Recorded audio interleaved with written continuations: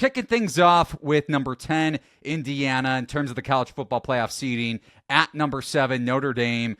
Notre Dame down from -8, -8.5 to -7, a flat -7 at Bet365, total of 52. Adam, not to continue to tease our listeners and viewers, but before we get into the matchup, from the programs you've spoken with, what's the perception around the first ever 12-team college football playoff? Well, I think there's a lot of excitement, Eli. The fact that teams can get into this thing without having to win their conference or run the table or be really, really close to perfect. And we were debating a number of 9-3 teams going into the selections coming out of the SEC. So I think there's increased opportunity. There's different pathways to it. I think there's a lot of excitement around the campus sites. I know I'm excited about it, but it's also challenging. Notre Dame has finals this week, and that never used to be an issue in terms of having a game that would conflict with final exams. And there's a number of schools that would intentionally not accept bowl invitations coming out of this week. So, it's different. Notre Dame doesn't play football on Fridays. They don't play football on campus at this time of year. So there's going to be some logistical and environmental challenges that these schools and teams are going to be facing. But overall, I think there's tremendous excitement that this opportunity exists. And the idea here was to be more inclusive and to have a truly nationally representative playoff. And I think you have that.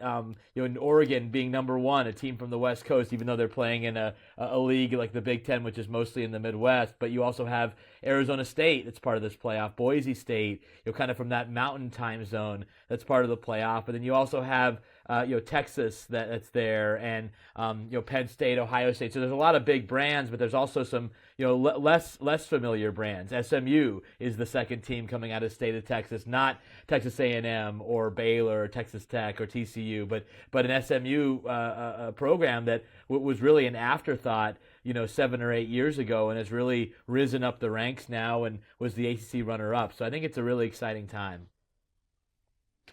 Looking at this matchup in particular, Brett, you're the lone soldier on Notre Dame here. So explain your handicap. Yeah, when you talk about the on-campus sites, I really do think that the home field advantage is going to matter, even though I've heard a lot of watering down rumors about it being a nationally hosted event by the CFP and not really Notre Dame itself. But I don't know how much the CFP is really going to be able to step on the prestige of Notre Dame there at home. But, hey, no doubt about it, Indiana's going to be well represented at this. This is not a tough drive from Bloomington to South Bend, and this is the most relevant Indiana's probably ever been in their entire history. So my handicap here is just pretty simple. I've seen Indiana once against top-flight competition. They lost 38-15, and honestly, 8 of those points came in garbage time. It was really like 31-7 against Ohio State. Notre Dame physically and talent-wise, they're a lot closer to Ohio State than anybody else that Indiana's played this year. Notre Dame number 1 in point margin this year. Indiana, of course, third. I'd be doing them a disservice not to mention that. But look, I think Notre Dame's offense is going to be able to score in Indiana. They put up 31 on a pretty good Louisville defense, 49, of course, against Army. I know that's a little tough when you're talking about talent comparison between Army and Notre Dame, or Indiana, pardon me. But, I've said it a few times on this pod this year. This is just a different Notre Dame team than I've seen in years past. They're banged up with big-time names. Benjamin Morrison, All-American, he's not playing. Jordan Bethello, probably their best pass rusher, he's not playing. 2 preseason starting offensive linemen, they're not playing. And it really hasn't made that much of a difference. They're still rolling everybody on their schedule. So I haven't seen Indiana play from behind very much this season. That's a testament to them controlling the game. I think they're 6th in ESPN's game control metric there. But what happens if they get down early? Is it going to cascade like Ohio State? That's why I'm taking Notre Dame -7 here. Adam, you and I were texting about this game before we got started. I asked you, was there a money line underdog you liked? And I think we're all in agreement that all of our picks, for the most part, are going to be chalky here in the first round of the college football playoff. But I think between you and I, we like Indiana to at least cover, if not win the game outright. Now, maybe a smaller bet, or for you, not at all a bet covering the matchup. But what's your perception of the point spread going into South Bend? Yeah, so I do bowl picks. If you guys aren't aware, I do bowl picks the day that they all come out. So it's kind of an absurd exercise that we do every year, but a lot of people read it. So that's why we'll keep doing it, because obviously opt-outs and there's all sorts of things that happen before the actual game. So I had Notre Dame by 10.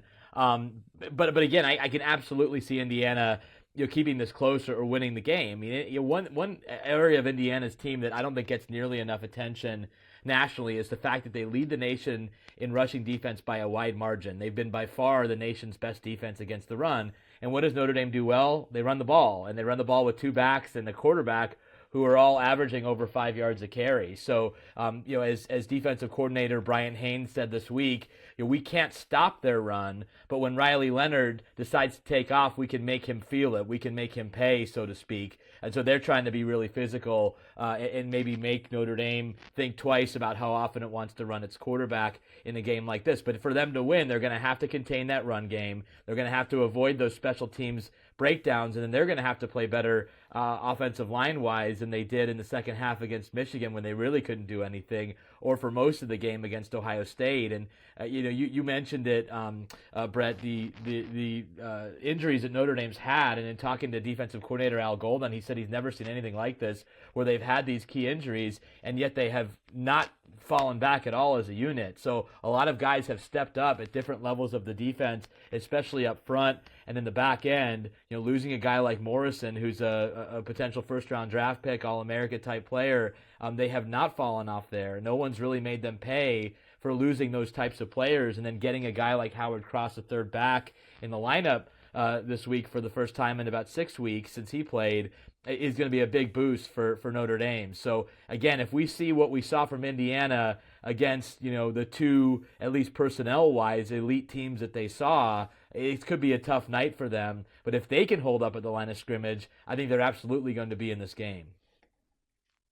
I'm with you. And like you said, you had Notre Dame by 10 in your initial pool when the college football playoff and the bowl games were initially announced, going back to a couple weeks ago after championship weekend. But for me, the handicap with my bet on Indiana plus 7.5, the line down, as I mentioned, to IU plus 7 minus 105 at Bet365. They rank atop college football FBS in stuff rate and adjusted line yards allowed against a Notre Dame team that wants to run the ball. So to the point that you brought up, Brett, while Indiana in a negative game state hasn't performed well, negative variance went their way or went against them in Columbus, but we also haven't seen Notre Dame play with a negative game script per se. And Leonard the explosive passing game isn't necessarily there for Notre Dame as it is for Indiana in Curtis Rourke, completing over 52% of his passes more than 10 yards downfield. Those aren't necessarily quote-unquote true explosive passing plays, but I would say Indiana has a more explosive passing attack than Notre Dame, at least in terms of efficiency. Would you agree, Brett? Sure, but just really quick on the stuff rate. Can we do a little exercise? What's the best offensive line they played? Ohio State? Yeah. Missing 3 starters. Michigan, who couldn't run the ball against anybody with a pulse. I mean, what are we talking? UCLA, Maryland, Northwestern, Nebraska down a few starters, Washington, Michigan State. I mean, Purdue? Charlotte? Is this opponent I don't think this is an opponent adjusted number. That's why I'm all over Notre Dame here. Okay, fair enough. I could counter that by saying Notre Dame strength of schedule if you want to, toy with Indiana. Strength of schedule for Notre Dame 60th. Strength of schedule in college football. Just saying is all I'm saying. Either way, If we want to look ahead, hypothetical lines at Bet365 for the quarterfinal, Notre Dame would be favored, slight favorite, minus 1.5 on the look-ahead lines at Bet365 against Georgia. And conversely, Georgia minus 6.5 in a hypothetical look-ahead matchup against Indiana. And again, those odds courtesy of Bet365 Sportsbook. Also, one last note here. For anybody listening or watching that likes Indiana, this courtesy of Chris Felica, former teammate of Adam Rittenberg's at ESPN. Over the last 3 years, 59 dogs have covered in 122 bowl game matchups in the college football playoff game. So that under 50% in terms of the hit rate, but 42 of those 59 winners among underdogs won the game outright.